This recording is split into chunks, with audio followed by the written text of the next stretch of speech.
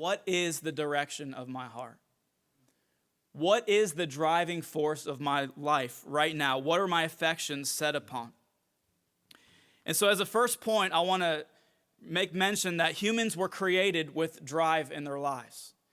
That when God created us, he created us uniquely with this drive inside of us to live, a drive to succeed, a drive to create, to thrive in life. There's this thing inside of humans that wants to do things, that wants to move forward in life and pursue different things.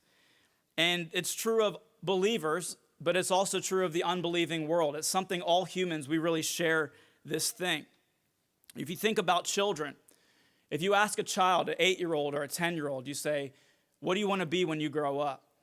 Most kids, I've never met a kid that says, I want to grow up and I want to be a total failure in the business world. Like, I want to grow up, I want to try to start a business, crash and fail, go bankrupt and lose everything.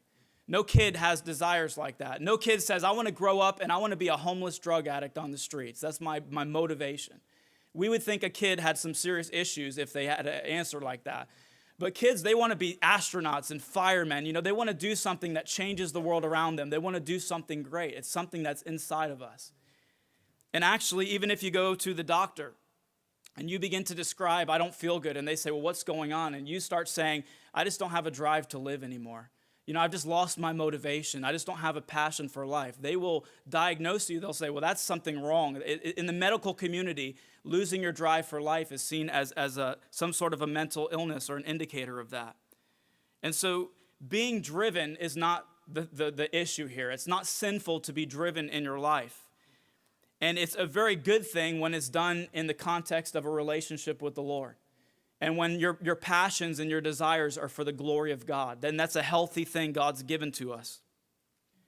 There's something about the talents and the unique giftings God's given each one of us that's beautiful to the Lord. It's pleasurable when you do what you're uniquely created to do, and it's an offering to the Lord. It's beautiful to the Lord. In fact, Paul in Colossians 3:23, he said, whatever you do, work at it with all of your heart as working for the Lord. And so whatever you're doing in your life, whatever your job is, whatever your occupation, you can do that for the Lord and do it as an offering to him. And so if God has given you the ability to do something, do it for the glory of God. Be passionate about it. If you can fix things with your hands, then do that for the glory of God and go for it. If you're a mechanic, be passionate. Be the most passionate mechanic in your shop and do it for God's glory. If you're called to teach, be the most passionate teacher in your school. It's a good thing when God has gifted you and given you the ability to do something, go for it and run full throttle after it as long as it's for the glory of God. Paul says in 1 Corinthians 10:31, whether you eat or you drink or whatever you do it all for the glory of the Lord. And so whatever that unique talent, whether you're called to be in business, called into the ministry, maybe you write songs, you play music, whatever it is, you can do it all for God's glory, and it's beautiful to him. It's your God-given epithumeo, and it's expressed in a healthy way. It's what God's given to us. The issue becomes when we use the passions of our life, the desires of our hearts, in order to gain something for ourselves.